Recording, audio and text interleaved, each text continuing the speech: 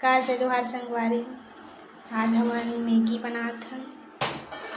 Maggi थोड़ा सा गर्म पानी में करके रख दे हैं उबाल के। और ये देखा सामान टमाटर और मिर्चा, ये दे प्याज है और ये धनिया, ये दे हो गए। ये दे रोटी बना थे गरम गरम, यही में खाबो।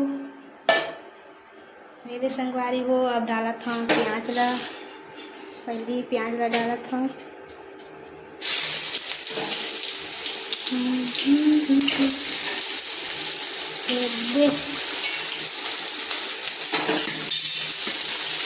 पीहा और अम्मा बनात ना गाँव चलते हैं तो खाना वाना नहीं बनाए हैं, मैगी और रोटी बनाए हैं तो तुम्हारा दिखा थे संगवारी हो।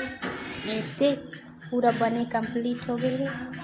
ये दे रोटी और ये मैगी है, मस्त दिखा थे ना।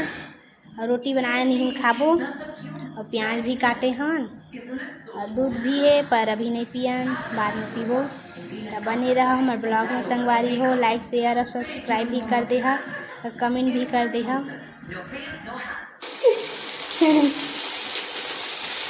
खाए में मजा ही मस्त मैगी और रोटी बस बना पूरा बनी तो देखा हम आज